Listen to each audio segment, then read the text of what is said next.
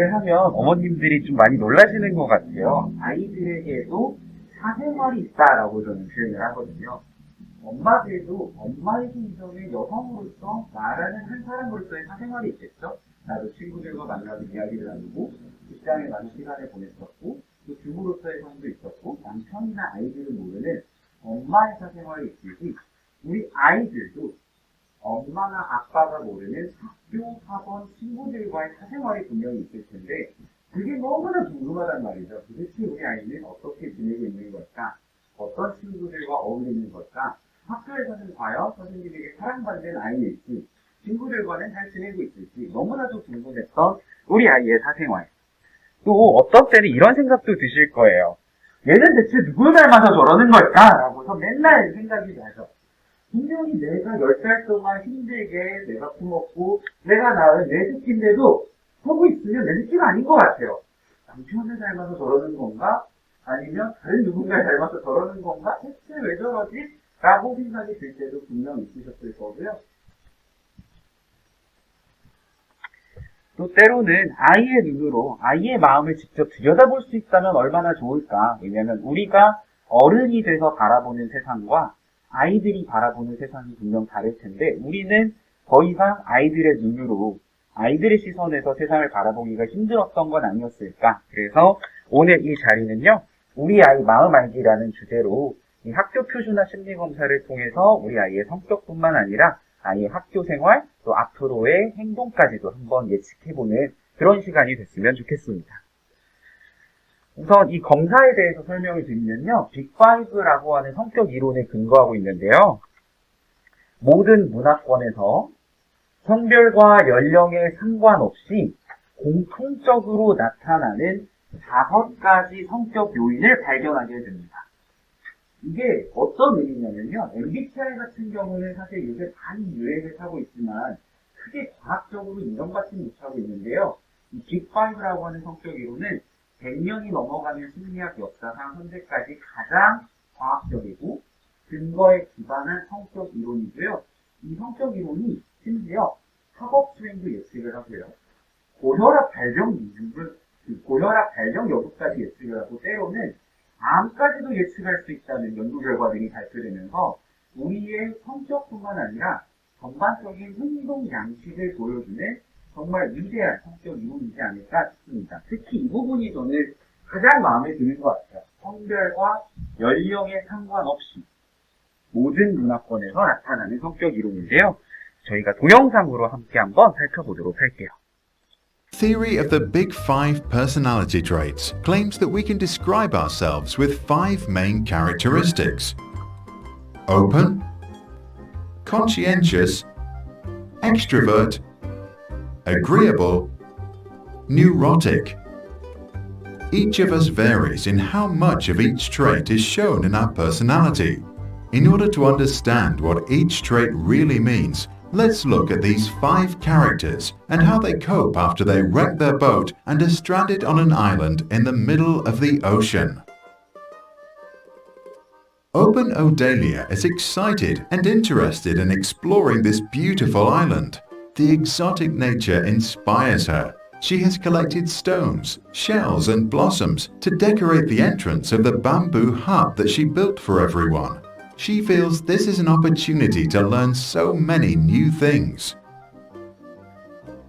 Claire is conscientious. She is not excited. She is concerned about the seriousness of the situation. She is glad she saved the survival kit from their ship. As usual, she is prepared and starts the crucial tasks right away. She feels that it is her duty to organize everyone and make sure that they will start looking for the things they need for survival: fresh water and food.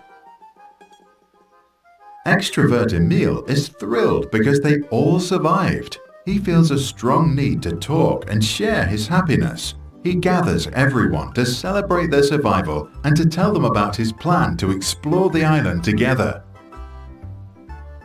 Agreeable Albert is kind by nature, and despite being tired and thirsty, his main concern is Nora. He offers her a drink from his coconut. The others know that he usually agrees to everything and are not shy to ask for his help. Nora is neurotic and easily stressed. She has a total breakdown. She sits down on the beach and cries. How are they ever going to get away from this island? To her, the ocean around them looks endless. Nature looks dark and dangerous. She feels completely lost. After 8 weeks, 2 ships appear on the horizon. Everyone gets excited. Emile has the idea to make a fire. He calls the others to help. Claire immediately starts to work. Albert brings more wood. Odelia is holding up her beautifully arranged SOS sign, while Nora screams desperately for help. Little do they know who is sailing on these ships. The first ship carries a group of psychologists who have been traveling the ocean since the 1980s. They are investigating the Big Five personality traits, which is also known as the 5-factor or ocean model. The captain, Louis Goldberg, coined the term Big Five. He is thrilled when he sees the 5 friends at the beach, each one matching exactly one trait: open, conscientious, extrovert, agreeable, neurotic. Though he decides not to stop the boat. As a scientist, he prefers to watch from afar. On the other ship are 5 pirates, all possessing the exact opposite traits of our friends. Let's see if you can recognize them. Pirate 1 is emotionally stable and very relaxed. When she sees the survivors on the beach, she says, "We can help them." Pirate 2 immediately gets angry with her. He is not listening to anyone and is not willing to change his plans in order to help some strangers on an island. Pirate 3 thinks this is a complex situation. He thinks that all possible outcomes need to be considered. He feels the need to be alone and think. Pirate 4 doesn't care. He's busy looking for the keys to his treasure chest, which is lost again. The captain is not open to any new experiences. He ends all discussions when he says, "Our boat won't stop." What do you think about the Big Five? Do you recognize your own personality in some of the traits? Or do you think this theory is flawed, as we cannot describe an entire personality in 5 parameters? If you watch this in class and you are not sure which traits you have, pick a friend and describe each other. Many of us are bad at describing ourselves, so an outside perspective is often helpful. 이렇게 해서 이 빅5 성격 이론에 대해서 알아보았는데요. 몇 년 전에 비슷한 영화가 개봉해서 아이들에게 선풍적인 인기를 끌었는데 혹시 어떤 영화인지 기억하시나요? 비슷한 내용이 나오거든요. 5명의 친구들이 나왔었고요. 알록달록한 색깔을 갖고 있고 우리 마음속에서 움직이던 인사이드 아웃이라는 영화에서는 우리가 가진 5개의 감정을 주제로 했다면 이 빅5라고 하는 건 우리의 5가지 기질 차원이 어떻게 상호작용하는지를 보여줄 겁니다. 그래서 우리 아이의 마음을 알기 위해서 이 5명의 친구들을 만나보는 시간이 될 텐데요. 우선 통계는 저도 사실 싫어하거든요. 어머님들도 통계 너무 갑자기 어려워지는데 쉽게 설명드릴게요. 자, 50점을 기준으로 해서 평균이고요. 다행히도 우리 검사 결과지에는 이렇게 표가 나와 있습니다. 45점에서 55점까지가 보통 대부분의 사람들이 약 38% 정도가 저기에 위치하고요. 그리고 55점 이상이 높은, 65점 이상이 매우 높은, 45점이 낮은, 35점이 매우 낮은으로 구분된다는 점을 일단은 기억해 주시고 내용을 보시면 좋을 것 같습니다. 검사 결과지를 펼치고서 같이 보시면 좋을 것 같습니다. 제가 하나씩 관련 내용들을 설명을 드릴 텐데요. 잠시 후에 보시다 보면 선생님 우리 아이는 점수가 70점인데 이건 도대체 어느 정도인가요? 라고 하는 분들이 계실 것 같아서 조금 더 자세한 표를 보여드리면요. 가끔 있습니다. 70점 정도 넘어가는 친구들은요. 상위 2% 정도의 그 특성을 갖고 있는 거고요. 그렇기 때문에 매우 높음을 넘어서 아주 극단적인 경우가 될 거고요. 만약에 선생님 저희 아이는 한 79점 80점에 근접해요. 물론 있을 수 있고 없을 수 있는데 실제로 있긴 있었거든요. 이쯤 되면 0.13%라고 하는 정말 100명 중에는 거의 없고 1000명 단위로 뽑아야 조금 나오는 아주 극단적인 숫자이고요. 반대로 우리 아이는 40점 언저리 있는데 이쯤 되면은 한 13%, 2%, 0.13%로 40에서 60 사이가 보통의 사람들이 위치하고 있는 구간입니다. 그러면 결과지를 보시면서 저희 유인물에는 직접 메모하실 수 있도록 제가 같이 준비를 해드렸는데요. 우선 5가지 중에서 외향성을 먼저 보도록 할게요. 외향성이 높은 아이도 있고 낮은 아이도 있고 보통인 아이도 있을 텐데요. 높음부터 보통 낮은 순서로 설명드리겠습니다. 우선 요건 한번 저희 어머님들 제가 뭐 복잡한 걸 물어보진 않을게요. 그냥 손만 들어서 한번 어떤 아이들인지 한번 보도록 할게요. 우리 아이는 높음이나 매우 높음인 것 같아요 라고 하시는 분들 한번 손 들어주실 수 있으실까요? 한 분 정도 계시네요. 그리고 보통에 위치한 분 계실까요? 보통이 생각보다 많네요. 그리고 낮음이나 매우 낮음입니다. 네, 저희가 아까 통계표를 보신 것처럼 보통이 가장 많이 몰려있고요. 그리고 그냥 극단에 있는 아이들은 역시나 적은 숫자를 보여준다는 거. 현실에서도 똑같이 통계가 적용되고 있습니다. 이 매우 높음인 아이들은요, 어머님들이 특히나 만약에 아들이었다면 더더욱 힘드셨을 거예요. 딸이었다고 해도 마찬가지긴 한데요. 에너지가 넘칩니다. 외향성을 쉽게 말하면 에너지 수준이라고 보시면 좋을 것 같아요. 그래서 이 아이들은요, 일단 말이 많고 돌아다니고 활발하고 늘 엄마를 힘들게 할 정도로 지치지 않습니다. 아침부터 6시까지 계속 놀아줬는데도 왠지 얘는 잠들지 않아요.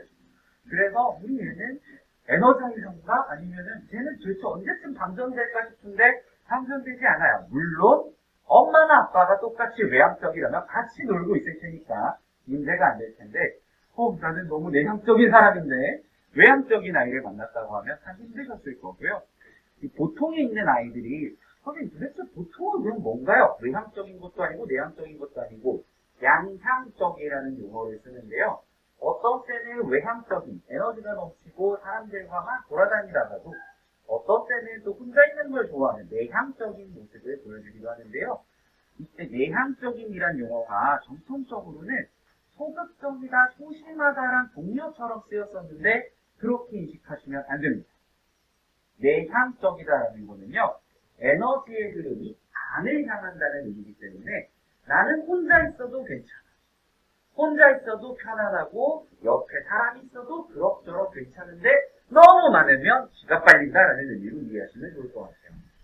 그래서 우리 아이는 낮음이나 매우 낮음이니까 애가 너무 소심하고 소극적이고 사람들과 못 어울리는 거 아니야? 그게 아니라 혼자 있는 걸 더 편안하게 느끼는 아이인데요. 이 외향성은요, 연구 결과를 보면 굉장히 흥미로운 게 발견되는데 어머님들이 아마 지금 5학년, 6학년이니까 잘 기억은 안 나실 거예요. 11년 전, 12년 전을 떠올려 보시면 그때 내가 이 아이를 임신하고 있었을 때 태동이 유독 많은 아이들이 있어요.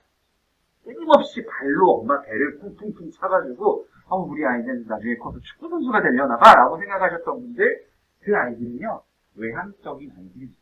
연구 결과에서 무려 임신 기간 중에 아이들의 태동으로도 외향성과 내향성을 예측할 수 있다는 연구 결과가 나올 정도로 생물학적인 요인에 기반한 거고요. 다르게 말하면 우리가 어찌한다고 해서 바꿀 수 있는 영역이 아닙니다. 그렇기 때문에 너는 도대체 애가 왜 이렇게 돌아다녀? 라고 잔소리를 하실 필요가 없습니다. 왜냐하면 효과가 없습니다. 엄마만 힘들어집니다. 반대로 너는 좀 나가서 친구들도 만나고 하지 왜 집에만 있고 혼자 책만 읽어?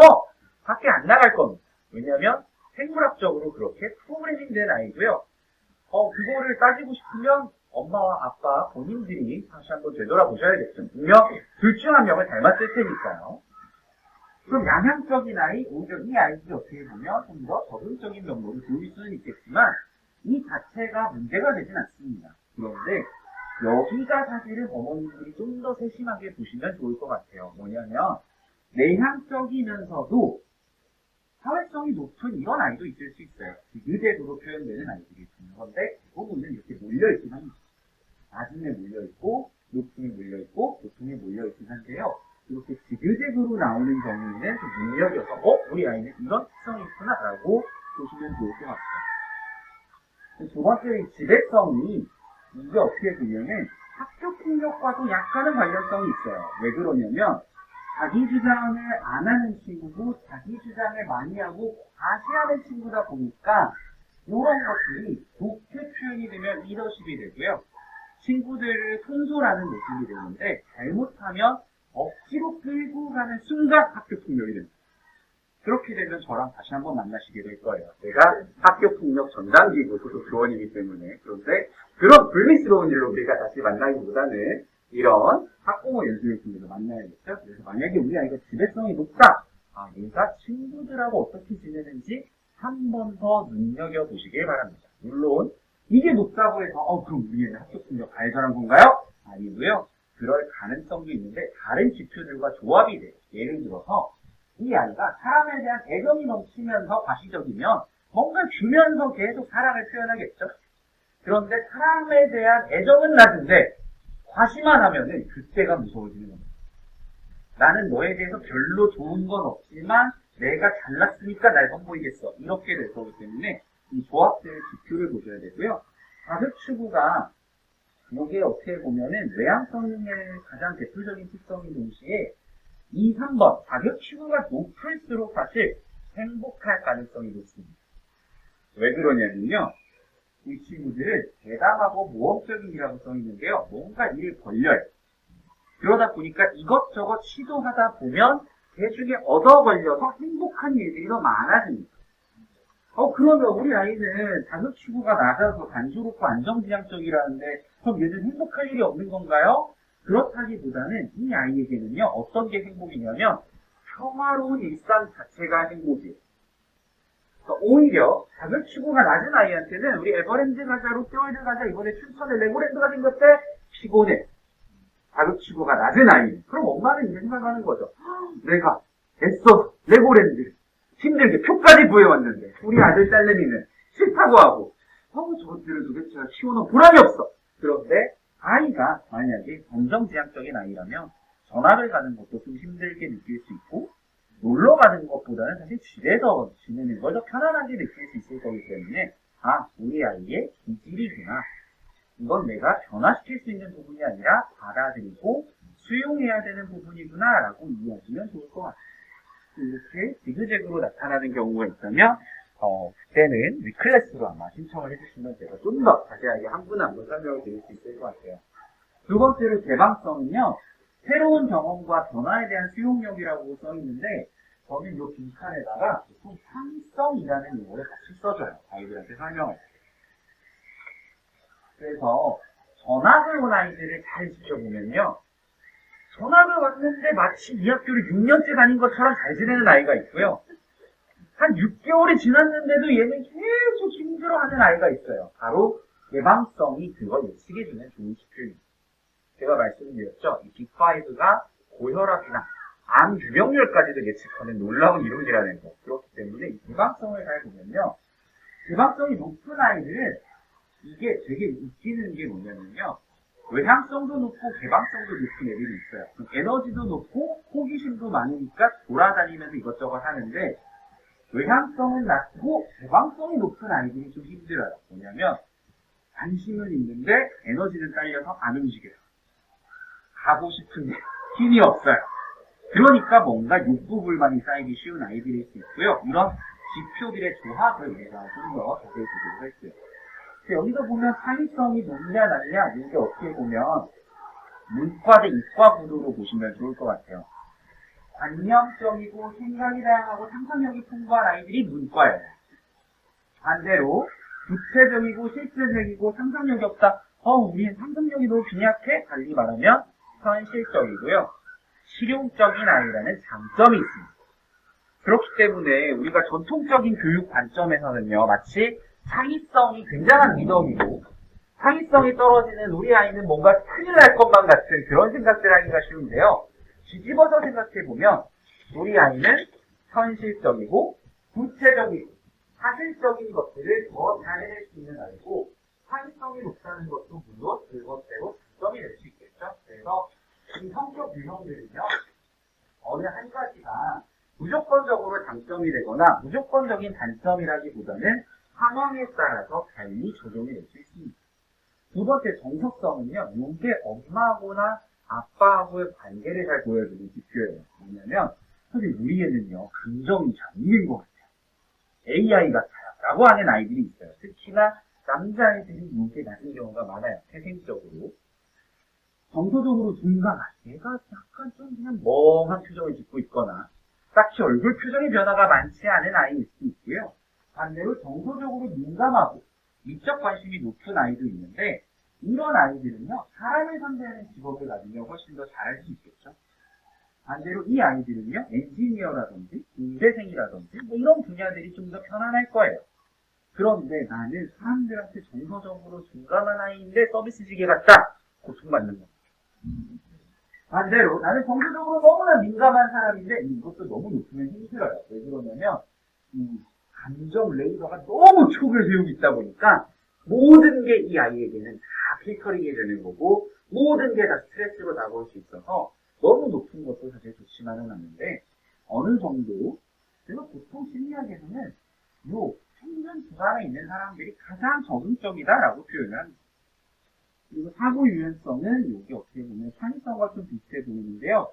호기심이 없고 생각에 융통성이 없는, 그래서 얘는 고집불통일 가능성이 높겠죠. 달리 말하면 기존의 행동을 계속해서 고집할 거고 그러다 보니까 적응력에서는 좀 떨어질 수 있을 거예요. 대신에 이 아이는 관습적이고 매뉴얼이 체계화되어 있으면 잘하는 아이예요. 아, 우리 아들 딸내미는 매뉴얼을 줘야 되는구나. 구체적으로 지침을 줘야 되는구나. 예를 들어서 설거지 좀 해줄래? 못해요. 특히 남자애들은 못해요. 사고 유연성이 여자애들에 비해서 일반적으로 떨어져요. 성차에서. 그럼 얘네한테는 어떻게 해줘야 되냐? 엄마가 나갔다 올 테니까 오후 7시까지 싱크대에 있는 설거지를 해서 저기다가 올려놔줘.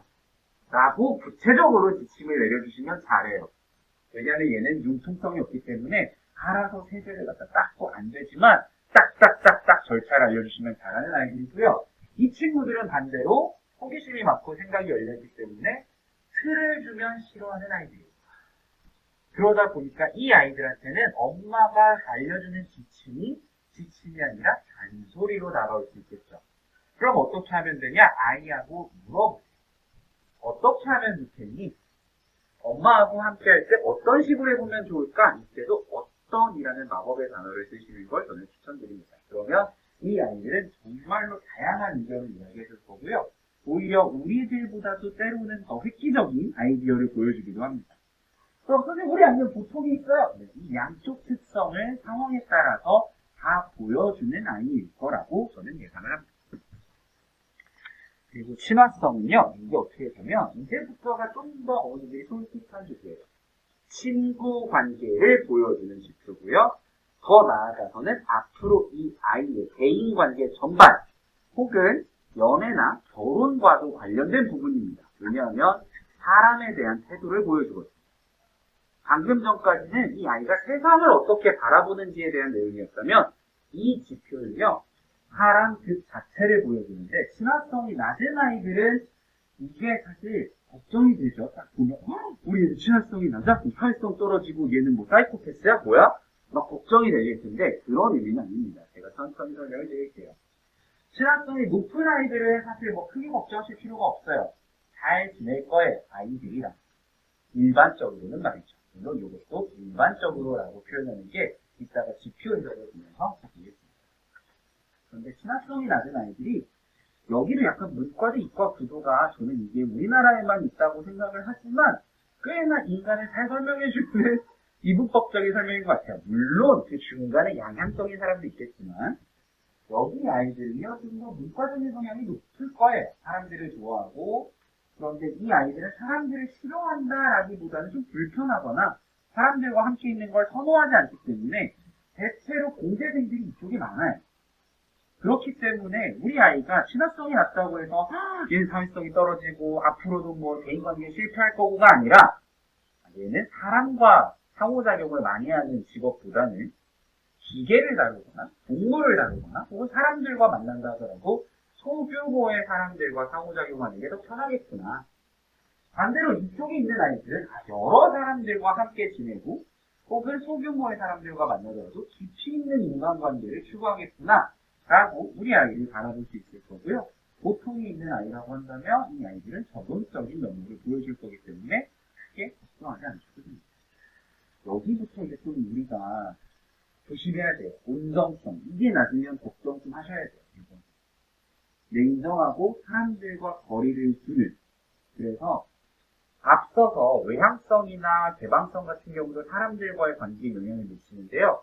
온정성이 낮은 아이들은요, 별로 그렇게 다가가려고 하지 않아요. 별로 그렇게 친절하지 않고요. 별로 사람을 좋아하지 않아요. 물론 낮음까지는 그렇다 치더라도 매우 낮음이라고 한다면 우리 아이가 사람들을 대할 때 어땠지라고 한 번쯤 되돌아보시고 만약에 이 아이가 정말 대인관계에서 어려움을 겪는 것 같다라고 생각이 드실 때는 이 클래스로 연락을 주시면 저희가 좀 더 이야기 나눠볼 수 있을 것 같습니다. 신뢰성 같은 경우는 의외로 떨어져 있는 아이들이 많은데요. 이쪽에 와 있을 때는요. 제가 잠시 후에 말씀드릴 신경증 지표가 동반 상승하는 경우가 매우 많습니다. 신뢰성은요, 사람을 못 믿겠어 라는 의미예요. 그런데 이 아이들이 왜 사람을 못 믿냐? 세상이 무섭고 두렵기 때문에 나를 지키려면 타인을 멀리하고 타인을 의심하는 게 안전한 방법이기 때문에 이 아이들은 신뢰성이 낮아질 수 있어요. 그렇다는 얘기는 내가 아이들에게 양육을 할 때, 가정에서 지도할 때 나는 아이에게 어떤 식으로 이야기를 했었나. 제가 들은 것 중에 가장 충격적인 이야기가 어떤 아버님이었는데요. 야, 학교 가서 선생님도 믿지 말고 친구들도 믿지 말고 세상 그 누구도 믿지 마. 세상 사람들은 다 너를 힘들게 하려고 할 테니 모두하고 거리를 두고 믿지 마. 아이한테 이렇게 가르치셨다는 거예요. 초등학교 저학년 아이에게. 저는 그 얘기를 듣고 아동학대 아닌가? 어떻게 그런 얘기를 하실 수가 있지? 너무나 충격을 받았는데 그렇다고 제가 아버님 그게 무슨 말씀이세요? 이럴 수는 없었지만 그 자리에서 너무나 깜짝 놀랐었는데 그 아이라면 아마도 이런 모습을 보일 수밖에 없었겠죠. 부모의 양육 태도가 영향을 미쳐서. 근데 여기 기질적인 부분도 없지 않아 작용을 하는데요. 이 세부 지표들은 우리가 어떤 양육 환경과 교육을 제공했는가도 영향이 분명히 있었을 거라고 저는 생각을 하고요.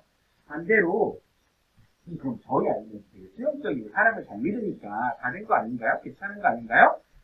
요즘 되면 사기당할 가능성이 높겠죠? 그래서 그런 것들은 조금 우리가 생각을 해볼 필요가 있겠죠. 너무 순박한 아이, 사이비 종교에 끌려가거나 다단계 판매원이 되거나 사기당할 가능성이 있습니다. 조심하셔야 돼요. 그런 점도. 그래서 심리학에서 말하는 보통이 왜 적응적이냐 이제 이해가 되시죠? 사람을 너무 잘 믿어도 문제고요. 너무 안 믿어도 문제입니다. 그리고 관용성은요. 이게 학교 폭력과도 좀 관련이 있습니다. 무슨 얘기냐면요. 용서를 잘 하느냐 못하느냐. 그래서 관용성이 낮은 아이들은요. 용서를 안 하는 걸 넘어서서 목소리 꿈꾸기도 해요. 네가 감히 나한테 기분 나쁘겠어? 내가 데스노트에 적어놨다가 너 반드시 엿먹일 거야. 반대로 이 아이들은 어떻게 보면은 배려를 잘하고 용서를 잘하니까 우리 아이 마냥 잘 지내겠지? 이 아이들은요. 앞서서 자기 주장 지표를 함께 보시면 좋아요. 배려를 하되 때로는 내 이야기를 해야죠. 친구가 장난을 쳐서 몇 번은 받아줄 수 있는데 선을 넘었을 때 너 선 넘었어. 나한테 더 이상 장난치지 마! 라고 얘기를 해줘야 돼요. 그런데 만약에 우리 아이는 용서만 하고 배려를 잘하고 자기 주장을 못한다? 친구들이 계속해서 이 아이를 괴롭게 만들 수 있겠죠. 그래서 무조건적으로 높은 게 좋은 건 아닙니다. 자기 주장도 하면서 배려를 잘하는 아이가 좋은 거고요. 무조건적으로 배려를 하는 게 능사는 아닙니다. 반대로 관용성이 낮은 아이라 하더라도 이런 것들은 우리가 좀 교육을 통해서 달라질 수 있는 부분들이 있겠죠. 자기중심적인 부분들을 이게 조망 수용 능력이라고 하는데요. 타인이 나와 다른 세상을 바라보고 있다. 나와 저 사람이 생각이 다를 수 있다라고 하는 능력인데 아동기 때는 사실 조망 수용 능력이 성인에 비해서 당연히 제한되어 있고요. 성장 과정을 거치면서 점차 발달하기 때문에 지금 당장 우리 아이가 자기중심적이야 얘는 뭐가 이기적인 아이인가 좀 지켜볼 필요는 있습니다만 이걸 가지고 아이에게 다른 사람들은 그럴 때 어떻게 생각하겠니? 라고 물어보시고 그런 것들을 헤아릴 수 있는 능력을 가정에서 길러주시면 도움이 되겠죠. 그리고 성실성이라는 신경 쓴 지표까지 보고 저희가 50분 정도의 쉬는 시간 갖도록 하겠습니다.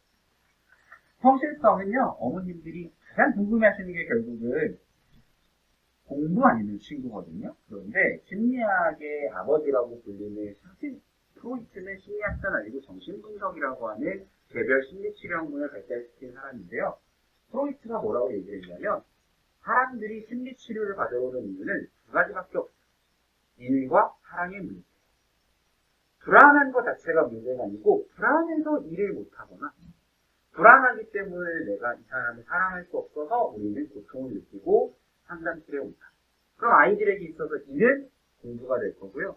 아이들에게 있어서 사랑은 친구관계나 가족관계가 될 거예요.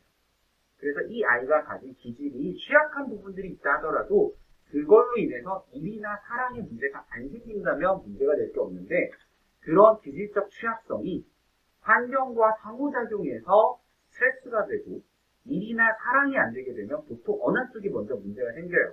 공부를 잘 못하면요. 친구 관계도 힘들어져요. 친구 관계가 힘들면요. 여기서 스트레스가 쌓이니까 공부도 잘 안 돼요. 그래서 보통 얘네는 어느 한쪽이 먼저 터지긴 하는데 결국은 동시에 문제가 생기기 마련입니다. 그래서 방금 전에 우리가 친구 관계를 봤다면 이번엔 아예 학업에 좀 더 집중해서 성실성이라고 하는 방식이 여기다가 저는요. 인내력이라는 글자를 하나 더 써드리고 싶어요. 그런데 여기서 말하는 인내력은요. 우리가 일반적으로 생각하는 끈기함과는 약간 다른 개념입니다. 아마 어머님들이 이런 생각 하실 거예요. 특히나 성실성이 낮은 아이의 경우에는요. 제가 교실에서도 똑같이 얘기를 하거든요. 자 얘들아 선생님이 너희 엄마들이 어떻게 해야 될지 보여줄게. 엄마 방문 열고 들어왔어. 그러면은 너는 이게 아니 꼴이 이게 뭐니 이게 무슨 이 아들내미는 빨래를 벗었으면은 막 뒤집어가지고 놓지 말라고 엄마가 몇 번을 얘기를 해도 너는 도대체가 왜 이러는 거고 아니 책상을 책을 다 쓰면 치워가지고 책상에다 꽂아놔야지 엄마가 이걸 언제까지 치워줄 수는 없잖아 도대체 너는 정말 돼지우리야 사람 방해야 미치겠어 우리 딸이 아니라 돼지를 키우는가벼 하면서 정말 미쳐 하면서 그럼 아이들이 맞아 우리 엄마 저러고 있어 모든 어머님들이 그러시거든요. 저희 어머니도 그러셨고 그렇기 때문에 제가 이렇게 연기를 잘할 수 있는 거겠죠. 네, 소리입니다. 제가 겪은 이야기들입니다. 그런데 아마 지금 웃으신 분들은 맞아 나도 저렇게 했었지라고 하면서 웃으셨을 거라는 생각이 드는데 여기 있는 아이들은요 잔소리를 잘 안 해요. 높음이나 매우 높음이 있으면 알아서 잘해요. 그래서 엄마들이 참 편해요. 그런데 이 아이들이 생각보다 많지 않습니다. 검사 결과를 보면. 특히나 그러면 우리 애는 타고나게 성실성이 떨어지는 건가요? 이것도 연령에 따라서 변화하는 양상을 보이기 때문에 지금 당장 낮다고 해서 앞으로도 이 아이가 성실성이 낮을 것이다. 그렇게 판단하시면 안 되고요. 현 시점에서는 그렇다. 그러면 이걸 가지고 강점은 키워주고 약점은 보완하는 게 우리가 나아갈 방향입니다. 그래서 여기를 좀 보시면요. 유능감이 저는 자신감이라고 표현을 하는데요. 여기도 보면 자신감이 있는, 없는 이라고 되어 있어서 유능감이 나는 친구들은 아마도 학업 성적이 그렇게 좋지 않았을 거예요. 성공 경험이 많지 않았을 거예요. 유능감이라는 건요. 내가 뭔가 해낼 수 있는 능력을 갖고 있다라는 의미거든요. 그럼 이 유능감은 언제 키워지냐? 성공 경험이 쌓이면서 과거를 되돌아보니까 나는 그동안에 잘 해왔고 그렇기 때문에 이번에도 잘할 것이고 앞으로도 잘해낼 수 있겠지라고 자신감을 얻는 거예요.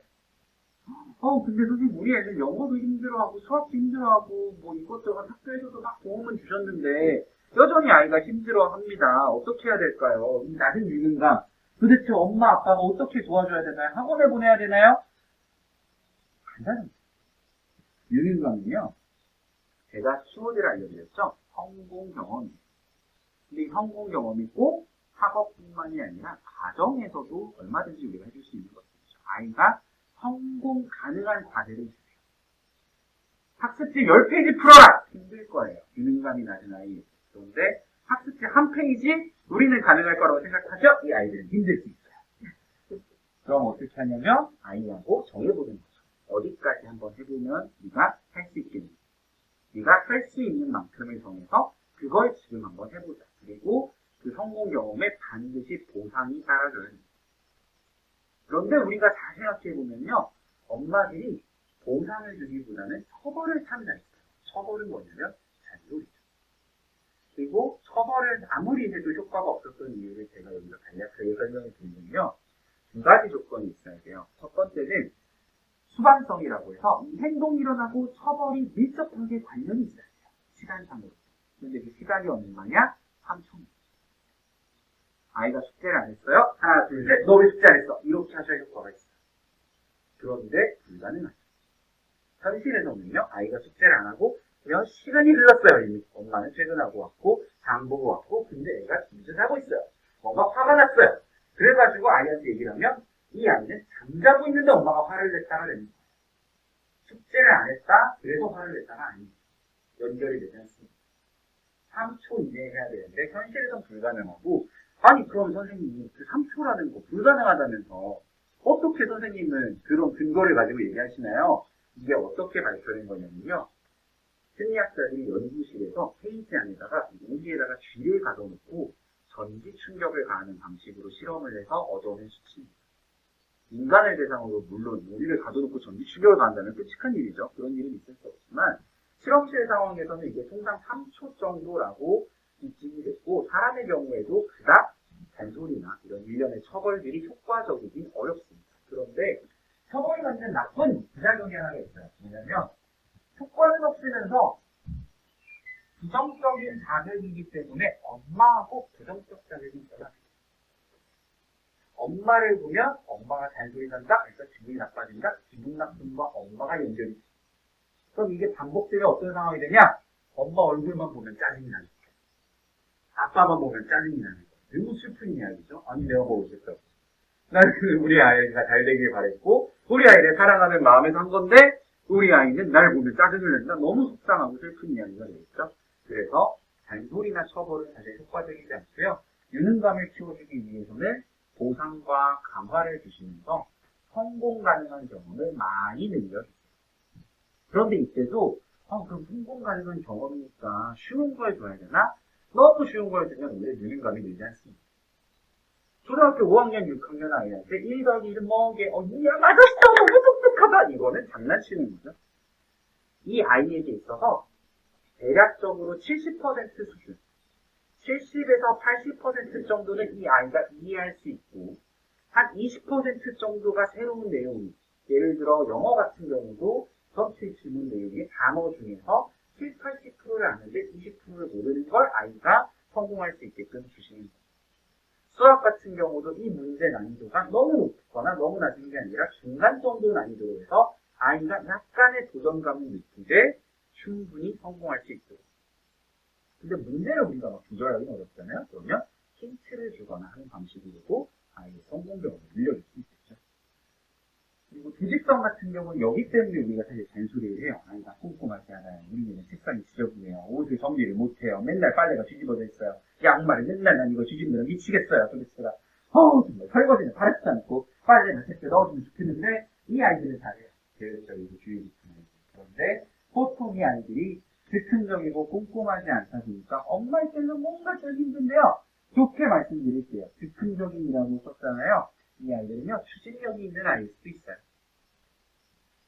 조직성이 낮다는 건요, 어떻게 보면 꼼꼼하게는 잘 못하지만 빨리빨리는 잘해요.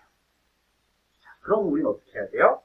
길게 호흡을 가져갈 게 아니라 짧게 단타로 끊는 거예요. 그러면 이 아이가 길게 못해도 짧게 빨리빨리 끝내는 건 잘할 거고 그 안에서 성공 경험을 하면서 유능감도 늘어날 거예요.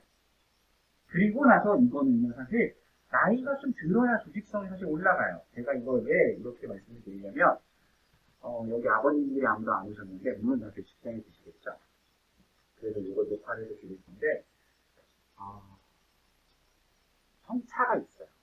제가 성별을 가지고 갈라치기라는 게 아니고요. 젠더 이슈, 저는 그런 것과 무관합니다. 오해하지 마세요. 성별의 차이가 있어요. 어떤 거냐면 아이가 태어나면서부터 두뇌가 완성되는 게 아니라 이 두뇌 안에서도 여러 가지 연결고리들이 생겼다가 끊어졌다 하면서 수초화라고 하는데요. 가지치기를 해나갑니다. 여러 개 연결하고 끊어내고. 근데 이 수초화가 언제쯤 끝나나 하고 봤더니 여자아이들은요, 17살, 18살, 고등학교 1학년쯤에 보통 두뇌 발달이 완성. 그런데 남자애들은요, 슬프게도 20대 초반까지 이 두뇌 발달이 걸립니다. 7년이 더 나이. 그럼 그때가 언제냐? 군대 갔다 온 나이. 그래서 어른들이 군대 갔다 오면 철든다? 군대 가서 철든 게 아니에요. 군대 안 갔어도 그 나이가 되면 철이 들어요. 그리고 그 전에는 그냥 마음을 비우시면 돼요. 아, 어쩔 수 없구나. 아들이니까 어쩔 수 없구나. 딸들은 좋겠다. 17이면 된다는데, 우리 아들은 군대 갔다 올 때까지 내가 그냥 마음을 비워야 저다시 빨래를 그렇게 뒤집어 놓는 것도 군대를 갔다 와야 좀 고쳐지겠구나. 네. 그러면은 좀 속상하시겠지만, 그래도 좀 위안이 되시죠. 내가 잘못 가르쳐서, 내가 잘못해서 그런 게 아니라, 성차가 분명히 존재하고요. 이 조직성이라고 하는 것도 결국에는 이 대뇌 전두엽 부분에서 작용하거든요. 이마 쪽에 있는. 이 전두엽이 발달하기까지가 시간이 오래 걸리기 때문에 남자아이들은 좀 더 길게 보시고 이 아이에게 너무 많은 잔소리를 해서 괜히 엄마를 볼 때마다 짜증내게 하기보다는 특히 되게 2차 성징 이후에 사춘기 때의 호르몬 변화와 엄마의 그간의 잔소리가 조합되면 정말 폭풍 시너지를 만들어내거든요. 그렇기 때문에 잔소리를 하시기보다는 그냥 이 아이는 그런 아이구나 라고 받아들이시고 약간 수행자의 마음으로 아이를 길러주시면 어떨까 싶습니다. 물론 저도 제 아이가 아니기 때문에 이렇게 말씀드리는 거고요. 오늘 집에 가시면 분명 또 선생님 그러지 말랬는데 내가 참아야 되는데 힘드시겠지만 그래도 엄마는 가능하다고 봐요. 아빠들은 힘들겠지만 엄마이기에 제가 이런 말씀을 드리는 거고 책임감 같은 경우도 얘랑 같이 가요. 무능감이. 자기가 자신감이 있어야 포기를 안 해요. 근데 자신감이 없으니까 쉽게 포기하게 되는 거고요. 쉽게 포기하니까 책임감이 없는 것처럼 보이는데 얘를 길러주면 결국 무능감이 포인트입니다. 성실성이 있어서. 성공 경험을 밀려주시고 조직성이 낮은 아이라면 짧게 끊어주시고 그러다 보면 이 아이는요, 나 할 만큼 했고, 잘할 수 있고, 그러니까 포기하지 않을 수 있어. 라고 될 거예요. 그래서, 특히나 책임감이 낮은 아이는요, 이렇게 이해하시면 좋아요. 뭐냐면, 제가 인내력이라는 말씀을 드렸잖아요. 이 친구들은 마라톤 선수. 42.197km 잘 뛰는 친구들이에요. 응무를 다하면. 아직 40km가 남았지만 나는 이걸 끝까지 해내겠어. 라고 하는 친구들이 많으면, 어떤 아이들은요, 우리는 왜 이렇게 끈기가 없어? 라기보다는 단거리라는 얘기죠. 50m, 100m를 출전해서 빨리 끝내고 빨리 쉬어야 되는 친구들이에요. 그렇기 때문에 제가 계속 반복드리는 거죠. 단타로 끊으세요. 이쪽에 있는 길게 잡지 마세요. 그래서 시간 같은 경우에는 이탈리아에서 나온 기법인데 포모도로라고 해서 포모도로가 토마토라는 의미거든요. 그래서 타이머가 토마토 모양으로 생겼는데요. 한 25분 정도 집중을 하고 5분 휴식을 하는 이 사이클을 반복을 합니다. 그러면 30분 하면 2시간이 되고 2시간 동안 25분 5분을 했으면 30분을 길게 쉬는 거예요. 이런 식으로 했을 때 오히려 이게 효율성이 가장 좋더라 라고 하면서 현재 세계 유수 기업에서도 적용하고 있는 시간 관리 기법인데 우리 아이들한테는 사실 20분도 꽤나 긴 시간이거든요. 그래서 아이의 상황에 맞게 짧게 끊어가는 것도 해결책이 될 수 있을 것 같습니다. 제가 약속드린 시간보다 조금 오버돼서 저 시계로 5분까지 휴식 시간을 가졌다가 이어서 진행하도록 하겠습니다.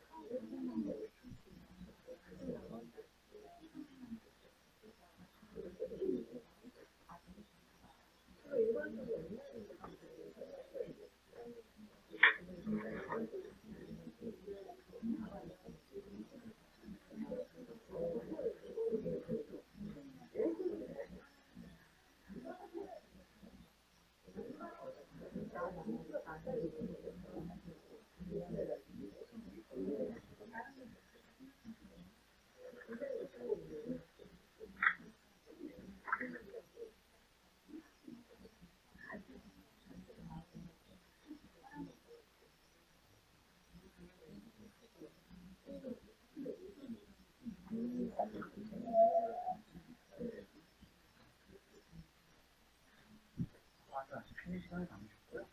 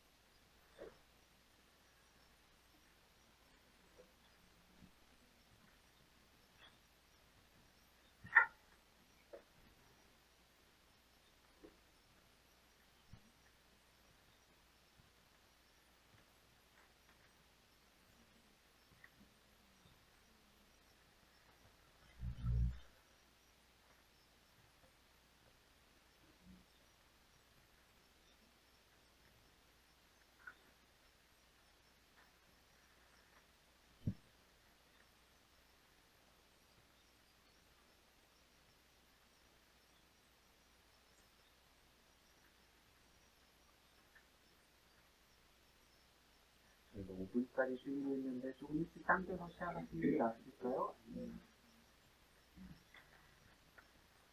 제가 말씀 나누시는 게 비유를 듣는 거 이제 들리는 트라우마 어디 갔어?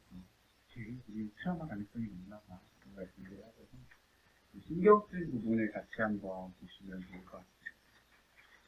유인물은 4페이지고요. 그 검사 결과지에 대한 신경 쓴 부분인데요. 가장 많은 하위 척도를 가지고 있는 표입니다. 그래서 제가 여기가 항상 보면 빈칸이 하나씩 있어서 여기에는요. 두 가지 단어가 들어가는데요. 하나는 스트레스고요. 하나는 회복 탄력성이라는 표현입니다. 스트레스와 회복 탄력성. 얼마나 스트레스로부터 잘 회복할 수 있는지를 보여주는 표현입니다. 만약에 우리 애들 노트북에 찍혀있다. 걱정을 좀 하셔야 돼요. 무슨 얘기냐면 이 검사는요. 자기 보고식 검사라고 해서 내가 나에 대해서 체크한 거기 때문에 우리 아이가 지금 나 힘들어요 라고 말을 하고 있는 것이 있습니다. 아이가 보내는 SOS 신호일 수 있기 때문에 이것만큼은 좀 유의 깊게 보셨으면 좋겠습니다. 전반적으로 이 신경 쓰는 지표면은 되게 예쁘게 말을 써놨어요. 정서적인 반응 성향. 그래서 제가 다시 바꿔드렸죠. 스트레스와 회복 탄력성. 그렇다는 얘기는 높음이나 매우 높음이 있으면 우리 아이는 지금 스트레스가 매우 많고 뭔가 지쳐있고 힘들었겠구나. 그래서 얘가 그렇게 짜증도 많이 냈고 뭔가 공부도 하기 싫어했고 친구들이나 학교 생활이 불편하다고 얘기했겠구나. 반대로 우리 아이는 보통인데 남들만큼 또래 아이들만큼의 스트레스를 경험하고 있거나 잘 지내고 있는 아이이기 때문에 걱정하실 필요는 없으실 거예요.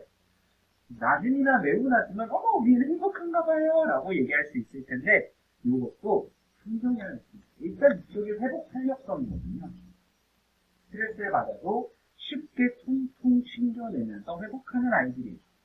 그런데 그게 무슨 뜻이냐? 엄마가 잔소리하는 건 스트레스잖아요. 그런데 이 낮음에 있는 아이들은요. 스트레스를 챙겨내기 때문에 잔소리가 멈추지 않아요. 엄마한테 혼나도 뒤돌아서면 안녕 하고 웃을 수 있어요. 그렇기 때문에 잔소리는 효과가 없습니다.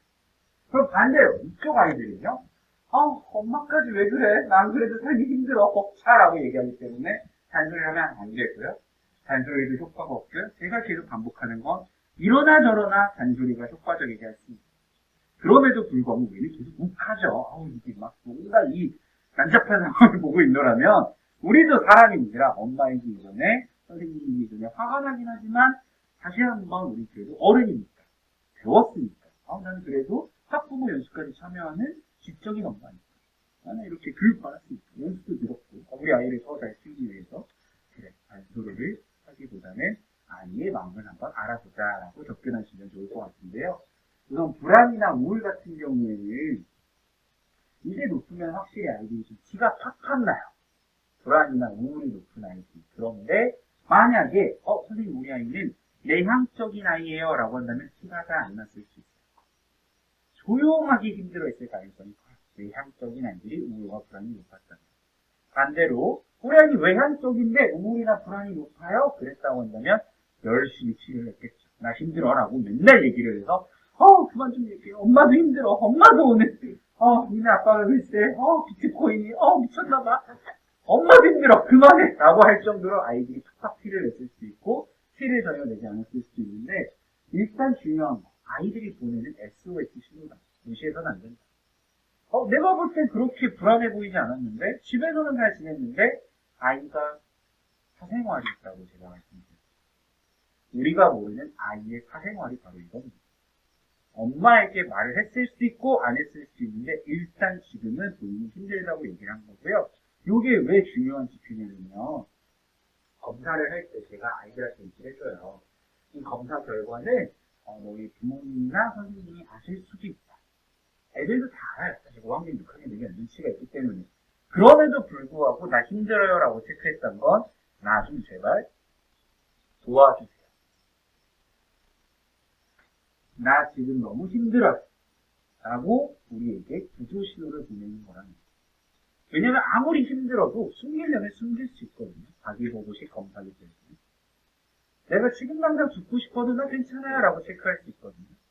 실제로 그런 분들이 있어요. 성인들 중에.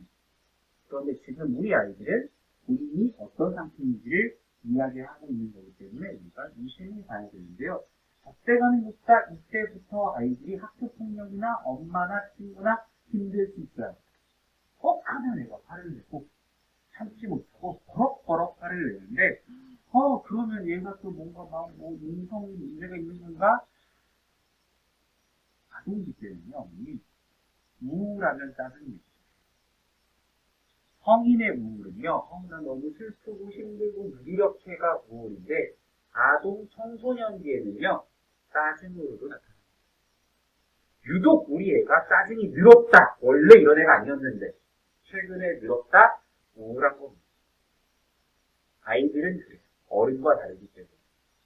그래서 이 부분이 엄마 입장에서 솔직히 좀 힘들죠. 애가 뭐만 하면 짜증내고 나한테 막 시비 걸고 저기 내 새끼가 맞아 싶을 정도로 막 한 대 때릴 수도 없고 아동학대라는데 그렇지만 이게 어쩌면 우울을 나타내는 지표일지도 모른다라는 걸 우리가 한번 생각해 볼 필요가 있을 것 같고요.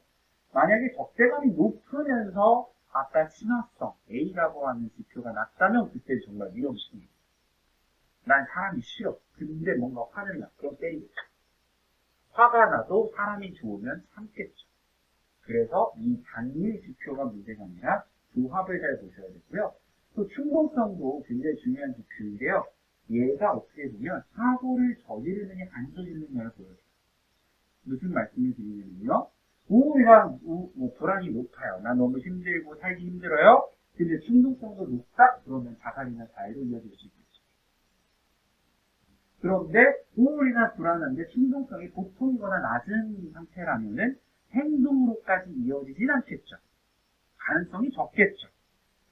그리고 적대감이 높다 하더라도 충동성이 같이 높으면 너이씨 하고 바로 때릴 텐데 충동성이 낮으면 화는 나지만 그래도 때리지는 않을 수 있을 거예요. 하다못해 욕을 한다거나 이 정도로 끝날 수도 있겠죠. 그래서 이 녀석이 어떻게 보면 행동으로 나타나느냐 아니면 속에서 그걸 갖고 있느냐를 조절하는 역할을 할 거고요. 사회적 위축 같은 경우는 이게 우리가 말하는 사회성입니다. 지금 이 아이가 사람들과 있을 때 편안한지 불편한지. 그래서 만약에 이 점수가 높다고 한다면 사람들 앞에서 불편하고요. 여기에 저는 장점을 주고 싶어요. 앞에서 불편한. 무슨 얘기냐면요. 발표시키는 거 얘는 싫어요. 관찰당하는 거 싫어요. 뭔가 막 수행평가도 음악제 같은 나와서 연주하고 너무 힘들어요. 왜냐면 타인이 나를 평가하고 그 사람들에게 내가 부정적인 인식을 주진 않을까 타인의 부정적 평가에 민감한 아이들이기 때문에 앞이 불편한 거지 친구들이랑 지내는 것까지 불편하진 않을 수 있어요. 반대로 사회적 위축이 낮으면 낮을수록 사람들과 편안히 어울리기 때문에 이쪽은 사실 걱정할 수 없을 거고요. 요거 아마 제일 많이 충격받으셨을 거예요. 어머님들도 읽으시면서 정보 충격, 나한테 충격을 주네. 트라우마의 가능성이 높다 낮다라고 되어 있는데 여기가 핵심이죠. 가능성입니다. 지금 우리 아이가 막 트라우마를 겪고 있다가 아니라 어떤 스트레스 사건에 아이가 취약한지 혹은 스트레스 사건을 겪더라도 그걸 잘 견딜 수 있는지 그 인내력을 보여주는 지표라고 이해하시면 될 것 같고요. 만약에 최근에 아이가 겪은 스트레스 사건이 없었다면 이 부분은 사실 뭐 크게 눈여겨보지 않아도 될 텐데 우리 가족에서 어떤 일들이 있었다 혹은 아이가 트라우마가 될 만한 상황이 있었다라고 한다면 이 지표에 따라서 우리가 좀 더 관심을 주거나 조금은 안심을 주거나 이걸 볼 수 있을 거예요. 그리고 이제부터는 이 지표들이 어떻게 조합되는지를 볼 텐데요. 이 지표 조합은 제가 어머니들 유인물에 아마 브로그로 보시면요. 큰 원이 하나가 그려져 있을 거예요. 원래는 그 원형에다가 저희가 이거를 그리면서 아이들이랑은 학급에서 작업을 해서 아이들은 자기 걸 다 내고 있거든요. 그런데 어머님들하고 제가 이거 10개를 다 할 수가 없어서 일단 큰 틀 하나 넣어드렸고 저랑 지금 보실 거는 유인물 페이지가 여기 쌓여있네요. 4페이지에 있는 함께 보도록 하겠습니다. 여기서 말하는 높고 낮음의 기준점이 뭐냐 좀 애매하거든요. 그래서 그 기준점을 주로 마지막에 있는 원형을 가지고 다시 보시거나 50점을 기준으로 딱 잘라서 보셔도 워크하게 잡으면 이렇게 맞거든요. 이게 뭐냐면요. 이제 우리가 5개를 살펴봤죠. 모션에 해당하는 O, C, E, A, N. 그럼 요게 높고 낮음이 여러 개가 있을 텐데 그 조합이 예를 들어서 선생님 우리 아이는 외향성이 높고 신경성도 높아요 하면은 이 아이는요 이런 패턴을 보여요. 얘가 좀 기분이 들쑥날쑥해가지고 얘가 조울증인가 싶거나 얘가 아침에는 밝았는데 점심에 갑자기 울적했다가 다시 저녁에 행복했다가 왔다 갔다 하는 모습을 보일 겁니다.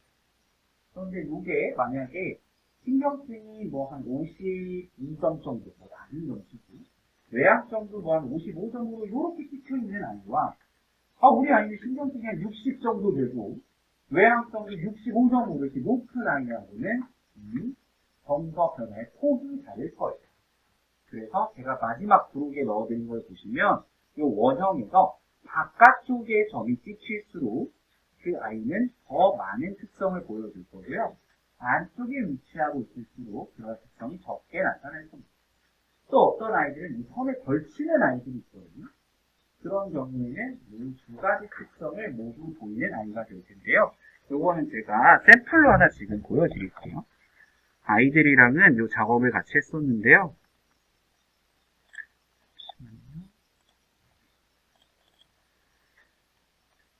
교실에서 썼던 건데, 해석습니다.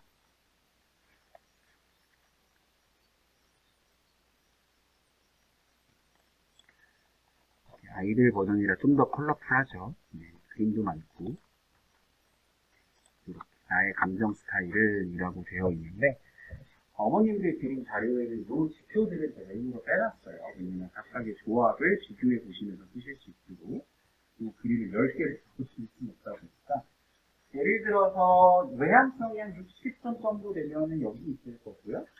신경증이 60이라고 한다면 만나는 지점이 여기에 점이 찍히고 그리고 외향성이 더 높은 아이라면 이쪽에 있을 거고요. 신경증도 높으면 이쪽에 있을 거고 그래서 이 어딘가에 찍혀 있을 텐데 바깥쪽으로 갈수록 이 아이는 기분, 정서 변화가 좀 더 클 거고요.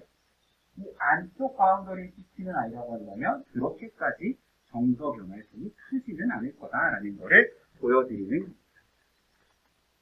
그러면 이 각각의 조합들을 한번 다시 보도록 할게요. 아이고, 제가 잘못 넘겼네요. 잠시만요. 네. 그래서 이쪽에 찍히는 아이들은 사실 크게 걱정하지 않으셔도 돼요. 즐거운 낙관 중이라고 해서 외향성이 높고 스트레스를 낮은 아이들이다 보니까 늘 뭔가 행복해해요. 그래서 하하하하 웃으면서 돌아다니고 있고 약간 머릿속에 꽃같이 있는 게 아닐까라는 생각이 들 정도로 행복한 아이들입니다. 그리고 이 아이들이 어떻게 보면 상담실에서는 혹은 교실에서나 어머니들이 놓치기 쉬운 억압된 사람, 희로애락이 없는 담담한 아이들인데요. 이쪽에 있으면 사실 그래도 걱정하지 않으셔도 돼요. 이 정도 그냥 우리 아이는 정서 변화의 폭이 크지 않은 아이. 근데 이쪽 바깥쪽 바운더리에 점이 찍힌다. 우리 애가 감정을 억압하고 있을 확률이 높고요. 감정을 억압했을 때 나타나는 현상이 하나가 뭐냐면 신체화라고 하는데요. 머리가 아프거나 배가 아프거나 피곤하거나 계속 뭔가 모호한 증상을 호소해요. 그러면서 애가 엄마가 너무 걱정돼서 그러는데 요새 뭐 힘든 일 있어? 그럼 괜찮대요. 감정 표현을 안 하는데 몸으로 대신 아파하는 아이들이 이 기간입니다. 억압된. 그러면 이런 생각이 있을 수 있죠. 아니 마음이 문제인데 왜 몸이 아파요 선생님? 그거 좀 이상하지 않아요? 라고 생각이 드는데 우리가 놓치는 게 있어요. 마음은 어디서 일어나냐면요. 뇌에서 일어나는 과정이고요. 우리 뇌는 어디 있냐면요. 몸속에 있습니다. 그렇기 때문에 뇌에서 어떤 이상이 생겼을 때 나머지 신체 기관들에도 영향을 미칠 수 있는 거죠. 그리고 그 아이가 호소하는 통증이라고 하는 것도 결국은 뇌에서 일어나는 작용인 겁니다. 그래서 몸과 마음을 우리가 보통은 따로 떼어서 보기 마련인데 사실은 같이 가는 거죠. 그래서 이 아이들이 신체화 증상 많이 느끼고요. 여기 어머님들이 그래도 위클래스로 많이 의뢰를 하세요. 근데 우리 애가 너무 친구들이랑 좀 못 어울리고 집에서도 힘들어 보이고 상담이 좀 필요한 것 같아요. 빨리 식별되는 아이고 여기가 어떻게 보면 좀 더 사각지대에 있는 아이들. 얘네는 이 클래스에 와요. 왜 오냐면 와서 놀러 와요. 친구들이랑 하라라라 하면서 놀다가 가거든요. 정말 힘들어요. 너무 신나가지고. 그 에너지가 주체가 안 돼요. 그다음에 방어 스타일. 여기에 보시면 우리 아이가 어떤 식으로 엄마의 잔소리에 반응하는지 알 수 있습니다. 이 아이들은요, 개방성이 높다는 건 굉장히 창의적이고 공상을 많이 한다는 뜻이고요. 신경성이 높다는 건 스트레스가 많기 때문에 이 아이들은 스트레스도 많고 공상가다 보니까 악몽에 빠지기가 쉬워요. 특히 어린아이들 같은 경우는 꿈을 통해서 뭔가 안 좋은 꿈을 꿨다라고 얘기를 하는 경우가 많았을 거고요. 위험에 민감하게 지각하기 때문에 불안 수준이 높은 아이인데 엄마가 그럼 이런 얘기를 하죠. 괜찮아. 네가 걱정하는 그런 일은 일어나지 않아. 그런데 아이들에게 그런 말의 효과가 없습니다. 왜냐하면 이 아이는 이미 불안해졌고 불안할 때는요. 우리 뇌에 있는 엄지손가락 한 마디 정도 되는 작은 편도체라고 하는 부위가 뇌의 가장 깊숙한 안쪽 부분에 위치해 있는데요. 이 녀석이 뇌 전체를 납치해버려요. 이걸 편도체 납치라고 부르는데요. 이때 무슨 현상이 벌어지냐면요. 우리의 이성적 사고는 NLPG, 가장 바깥쪽 뇌가 담당해요. 그리고 생존과 관련된 부분이 안쪽에 있는 요 편도체, 변형계가 담당하는데 이 녀석이 컨트롤을 빼앗는 순간 이 아이에게는 생존이냐 죽음이냐의 문제이지 이성적 사고 능력은 말이 된 상태예요. 그래서 불안한 아이한테 괜찮아 말을 건네도 이 아이는 이미 그게 안 들리는 상태예요. 뇌 기능이 정지된 상태예요. 지금 내가 당장 죽냐 사냐의 문제이기 때문에 그때는 아이가 불안해하며 네가 많이 걱정되는구나, 불안하구나, 두렵구나라고 마음을 읽어주세요. 그러면 진정이 돼요. 괜찮아가 아니라 두렵구나, 무섭구나, 불안하구나, 걱정되는구나. 아이가 말하는 걸 그대로 반복만 하시면 돼요. 도대체 무슨 말을 해야 될지 어려운데 나는 말주변도 없는데 걱정하지 마세요. 그대로 반복해 주시면 돼요. 그러면 금세 단단해져요. 편도체라고 하는 녀석은 정말 신기한 게 조그만 신호에도 빨간불이 켜졌다가 조금만 괜찮아지면 또 금방 불이 꺼집니다. 그러면 서서히 아이가 3분에서 5분 정도 이내에 다시 이성을 되찾고 편안하게 우리하고 이야기를 할 수 있게 돼요. 그리고 그런 능력들을 아이가 잘하면서 점점 그걸 커지고 이 아이들은 잘 섭니다. 위험을 감지하고 창의적으로 대처하죠. 그냥 스트레스는 낮고 개방성은 높다 보니까 다양한 솔루션을 찾아내서 신기한 방식으로 대처하는 애들이에요. 예를 들어서 엄마가 오늘 나가서 늦게 와. 아빠도 출장 가서 없어. 그러면은 엄마는 걱정하죠. 얘가 눈치 나니까 이제 알아서 벨이 누르고 시켜보세요. 야, 너 카드가 어디서 났어? 지난번에 엄마 카드 등록해놨지. 되게 신기한 아이들이죠. 창의적으로 대처하는. 그래서 이 아이들도 걱정하지 않죠. 그리고 이 아이들은요, 엄마가 볼 때는 우리 애가 좀 문제가 있나 싶어요. 해결 없이 잊어버려요. 그냥 둔감한 아이들.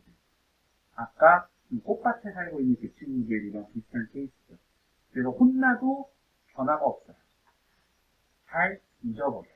그러다 보니까 똑같은 실수를 또 할 가능성이 높아서 좀 더 체계적으로 지도해 주셔야 되고요. 여기 품어주셔야 돼요.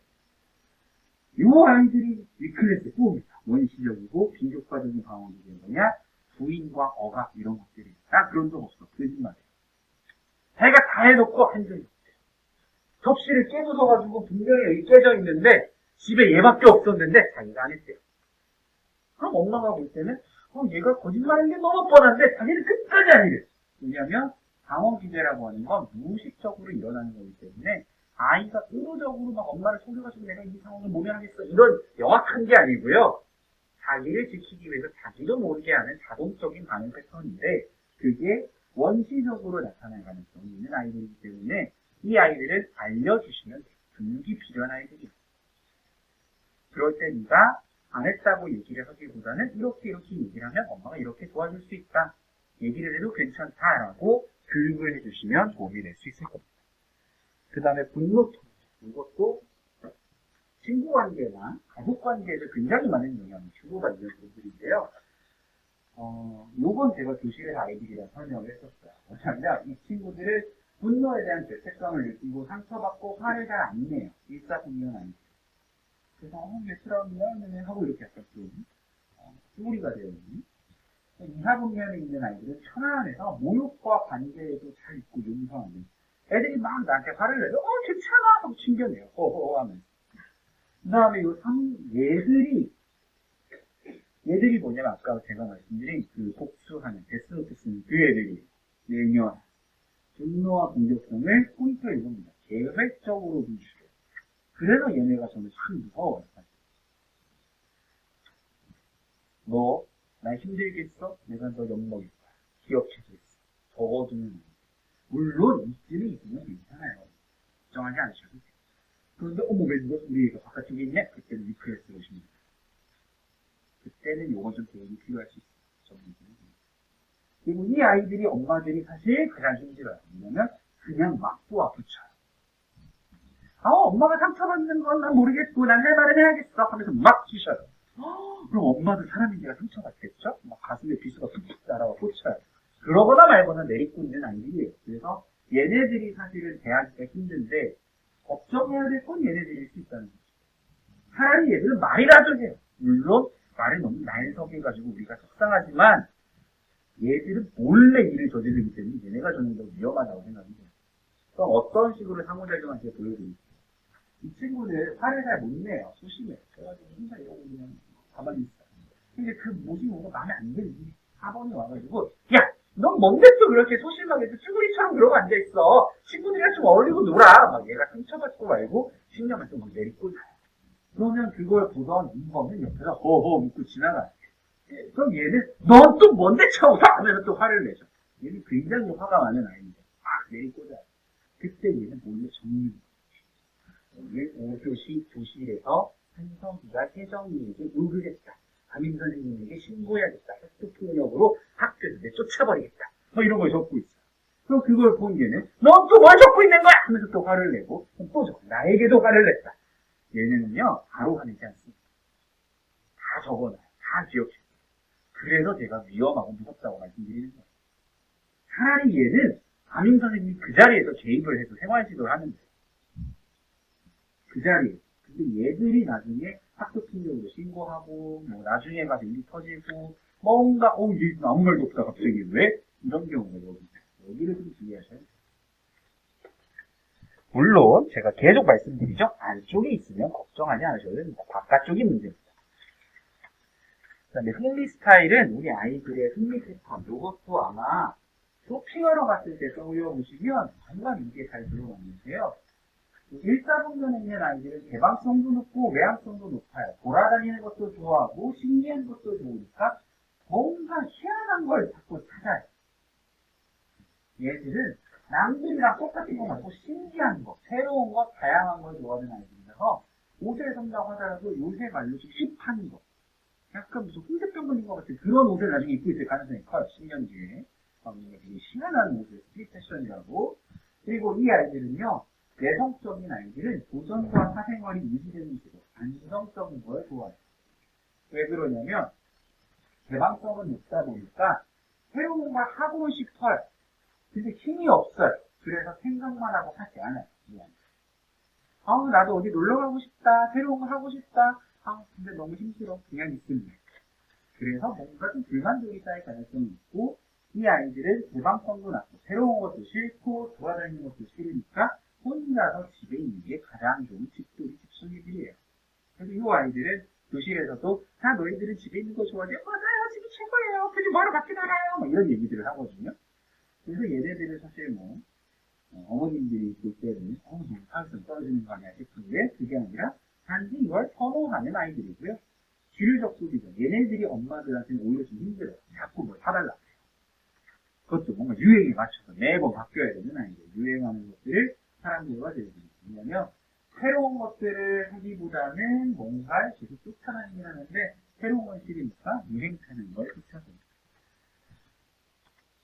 그리고 대인관계, 우리가 가장 중요하게 여기는 부분이죠. 여기서 1, 2, 3, 4분들 중에 학교폭력 피해 학생이 될 가능성이 높은 아이 1명, 가해 학생이 될 아이 1명, 방관자가 될 아이 1명 있습니다. 결국 이 타사분명 중에 한 개 빼고는 다 위험한 거죠. 피해자, 가해자, 방법.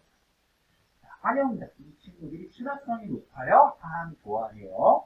이제 어떤 느낌인지 보이시죠? 어떻게 해석하는지. 외향성 높아요. 돌아다녀요. 그러니까 얘들 안녕. 너도 좋고 너도 좋고 너도 좋고 다 좋아 하면서 돌아다녀요. 그러니까 요새 말로 인싸가 되는 거예요. 그런데 여기서 주의하실 게 있어요. 선생님 우리는 환영사 여기 점은 찍혀있는데 보면은 교실에서 잘 못 지내던데요? 그런 친구 있거든요. 그 아이는 기술이 부족한 아이예요. 무슨 얘기냐면 이건 본인의 성향이에요. 난 사람이 좋아, 돌아다니는 게 좋아, 좋다고 했지 잘한다고는 안 했어요. 그래서 그건 달리 생각해 볼 부분이에요. 아이가 사회성이 뛰어난 것과 사회 기술이 좋은 건 달라요. 그거를 좀 구분하셔야 되고, 이 아이들은 혼자 있는 걸 좋아하고 겸손한 아이들이고요. 또 경쟁자, 타인과 거리를 두고 나를 지키면서 자기 혼자 뭔가 경쟁을 해요. 속으로. 내가 저것들을 잃어먹겠어 하는. 이 지도자, 얘네가 딱 느낌이 오시죠? 이 아이들이 극단적으로 높을 경우에 가해자가 될 확률이 높습니다. 가만히 있고 타인을 총재하려 하다 보니까 끌고 가다 보면 학교폭력이 되는 거예요. 가기 싫은데 같이 가자고 하니까 학교폭력이 되는 거예요. 물론 이 안쪽에 있으면 리더십이에요. 안쪽은 리더십이고요. 바깥쪽은 독재자죠. 그러다 보니까 얘들이 이제 학교폭력을 저지를 때 누가 당하냐? 난 혼자 있고 싶은데 자꾸 얘가 날 끌고 가요. 그러니까 얘가 가해자, 얘가 피해자가 되겠죠. 근데 얘는 다른 사람들이랑 엮이는 게 싫어요. 그러니까 옆에서 지켜만 보면서 방관을 하게 되겠죠. 이런 식으로 사이클이 흘러가기 쉽기 때문에 이 대인관계 스타일에서 특히 바깥쪽에 찍혀있다 유심히 지켜보실 필요가 있습니다. 안쪽 원은 걱정하지 않으셔도 돼요. 계속 강조드리는데 활동 스타일 다양한 게 나오죠. 이번에는 외향성, 돌아다니는 거 좋아하는데 성실하게 돌아다니니까 얘는 빠르고 능력적으로 이것저것 해요. 일을 참 잘하는데 다양하게 하는 아이들이에요. 반대로 외향성이 낮으면 뭔가 에너지식이 높지 않은데 꾸준히 천천히라도 해내겠죠. 빨리 하고 성실하게 하고 천천히 하되 성실하게 하고 이쪽을 엄마들이 볼 때는 크게 문제가 없어요. 선생님들도 좋아해요. 그런데 여기가 이제 좀 아이들이 힘들어요. 뭐냐면 무기력한 아이들. 이 아이들이 이제 상담실로 오죠. 열정과 동기가 부족하고 수동적인 아이들. 에너지도 없는데 자신감도 없어요. 왜 해야 되는지도 모르겠어요. 그러니 굳이 내가 이걸 왜 해가 되는 거야? 그럼 내가 왜 해? 공부를 왜 해야 돼? 싫은데? 난 자신감도 없는데? 해봤자 안 되는데? 근데 난 또 피곤하네? 안 할 거야. 그리고 이 아이들은요, 자발적이고 충동적인 인성인데 성실성이 낮다라는 건 뭐냐면요, 꾸준하게 끝까지는 못하는데 얘는 에너지가 넘치니까 이것저것 자꾸 판을 걸려요. 그리고 마무리가 안 돼요, 이 친구.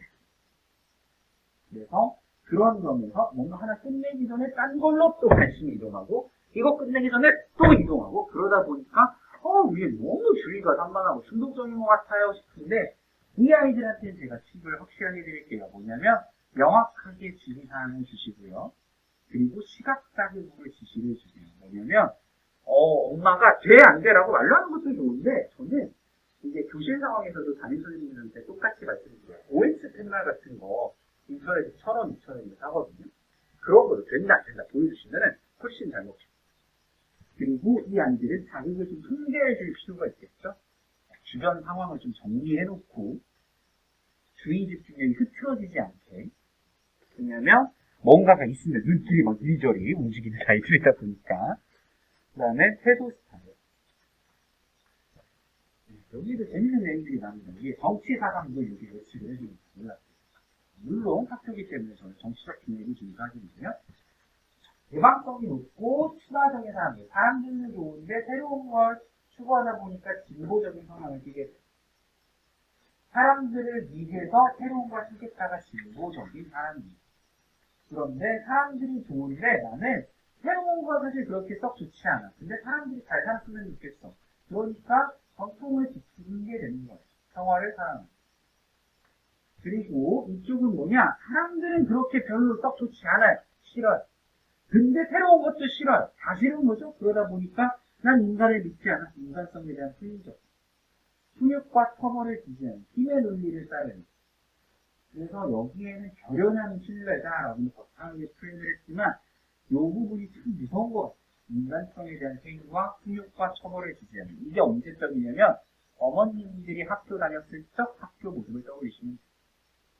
그 당시 학교 모습은 이랬었어요. 인간성에 대한 행위와 훈육과 처벌을 지지하는. 저도 무슨 말도 안 되는 걸로 정말 맞았던 것 같아요. 낚싯대를 갖다가 애들을 때리던 잡고 정말 이게 고등학교 때 생각해보면 말이 안 되는 그런 상황들을 겪으면서 우리가 자랐는데 지금의 학교는 물론 이러지 않습니다.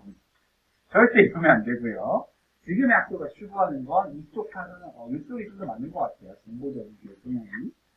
그리고 자유로운 사상가는 비판적이고 진리를 추구한다고 했는데 사람이 썩 좋진 않기 때문에 비판적인 게 들어가요. 그러면서 새롭고 창의적인 걸 하다 보니까 사상을 떠올리게 비판적으로 사상을 떠올리고 진리를 추구하는 모습을 볼 수 있습니다. 그래서 여기서도 요 3, 4분면 결연한 신뢰자 이 친구들은 관심의 대상이 될 수 있어요. 학습 가장 궁금했던 부분일 것 같아요. 대인관계와 공부 이게 사실 엄마들의 가장 중요한 키포인트인데 제가 이렇게 잘라서 보여줄게요. 이쪽 부분은 그래도 공부 잘합니다. 오른쪽 친구들은 일단은 공부를 어느 정도 해요. 반대로 왼쪽 친구들이 엄마를 힘들게 해요. 담임 선생님도 얘를 어떻게 도와줘야 될까 고민이 됩니다. 왜 그러냐면 1사분면은요 새로운 거 좋아해요. 근데 성실해요. 그러니까 새로운 것들 배울 때 꾸준하게 성실하게 착실하게 하니까 얘네가 모범생이 돼요. 학습이라는 건 결국 새로운 걸 배우는 거거든요. 끊임없이 우리가 교육과정에서 점점 새로운 내용들이 넓고 깊게 들어가게 되는데 그런 것들에 대해서 열려있다 보니까 성실하다 보니까 얘네가 성적이 실제로도 잘 나옵니다. 나중에 가서도. 그런데 이 친구들은 뭐냐? 공부벌레인 친구들은요. 저는 사실 새로운 거 배우는 건 썩 좋지 않아요. 그런데 책임은 다 해야겠으니까 어쨌든 해볼게요. 그래도 얘네가 공부를 열심히 한다고 했을 때 사실 별로 행복하지 않아요. 엄마를 위해서 공부를 하는 아이들이지 본인의 만족을 즐기지는 못하는 아이들이기 때문에 이 아이들 같은 경우는 좀 더 내재적 동질, 이 학습을 통해서 네가 얻을 수 있는 게 어떤 것들이 있고 그런 것들이 너에게 무슨 의미가 있는지를 좀 더 지도해 주실 필요가 있을 거고요. 이 아이들이 사실 더 힘들어요. 마지못해하는. 주의 집중과 계획의 문제가 있어서 어딘가로 도망갈 확률이 더 큽니다. 마지못해하는 일을 넘어서. 특히 이 바깥쪽 원이 있잖아요. 공부 안 해요. 자꾸 어디에 돌아다녀요. 그리고 몽상 같은 경우 얘네들도 엄마가 볼 때는 이런 거죠. 우리 애는요 열심히 하는데 성적이 안 나와요. 특히 왜 그러냐면요 개방성이 있다 보니까 새로운 거에 관심을 되게 많아요. 이것도 해봐야지 저것도 해봐야지 판을 벌렸는데 수습이 안 돼요. 성실성이 안 돼요. 그래서 이걸 애들 교실에서 얘기해주면 맞아 나는 이것저것 하는데 마무리가 안 돼 하면서 웃고 있어요. 좀 제가 아이들한테 얘기하는 게 얘들아 이거는 너희들 이해하기 위한 거지 남들한테 너희 홍보하지 않아도 괜찮아. 친구들한테 얘기하지 말고 자기 걸 보면서 나를 이해해보세요 라고 얘기하는데 얘들아 나는 공부를 못한대. 어떡해. 너무 귀엽긴 한데 당황스러웠어요. 너무 예쁘면서 당황스러웠어요. 공부를 못한다는 걸 자랑을 할 일인가? 그래서 정말 우리 아이들 순수하구나. 그게 어디예요? 순수한 게. 여기 지질 스타일. 여기는 이타주의자, 자기 노력, 이기적인 좋은 외향을 가진. 그게 이제 좀 문제죠. 친화성. 사람을 좋아해요. 그러면서 성실하기 때문에 다른 사람들의 이익을 위해서 열심히 일해요. 다른 사람들과 잘 지내기 위해서 열심히 일하는 아이고요. 여기는 왜 열심히 하냐? 남들이 아니라 내가 뭘 얻기 위해서 열심히 하는 거예요. 이쪽은 어쨌든 열심히 해요. 성실성이 높으니까.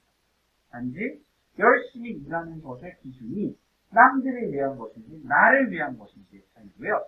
이쪽은 열심히 잘 안 합니다. 뭐냐면요. 사람 싫어요. 근데 열심히 하기도 싫어요. 그러니까 일단은 뭐 열심히 하기 싫은데 어쨌든 나한테 필요한 걸 얻으려고 해요. 그런데 그들이 열심히 하지도 않아요. 성실성이 안 때문에. 그리고 이 아이들이 사실 어떻게 보면 참 안타깝죠. 여기가 또 이런 거예요. 우리 애가, 사실 저희 아이가 참 착해요. 어머님들이 이렇게 인트로를 끝내세요. 참 착해요. 그런데 참 착해요. 친화성이 높아요. 그런데 얘가 꾸준하게 뭘 하질 못해요. 그래서 이 아이들은 좋은 의향을 가지고 있고 진실되게 걱정을 하는데 걱정만 해요. 제대로 마무리가 안 돼요. 성실성이 낮은 친구들이. 그래서 의도는 좋았지만 이라는 표현이 딱 여기에 들어맞는 아이들이고, 이 아이들은 어떻게 보면 얘랑 둘 다 이기적인 것처럼 보이잖아요. 그런데 얘는 좀 이기적이긴 해도 어쨌든 해내요. 근데 얘는 이기적이면서 안 하니까 문제. 그래서 우리가 궁극적으로 나아가야 하냐면 이 부분이 되겠죠. 다른 사람들과도 잘 지내고 성실하게 과제를 수행하는 것. 여기까지 하면은 저희가 전체 내용을 전달드렸고 Q&A 시간을 가지고 마무리를 하면 좋을 것 같아요. 만약에 어머님들께서 질문이 있으시면 자유롭게 질문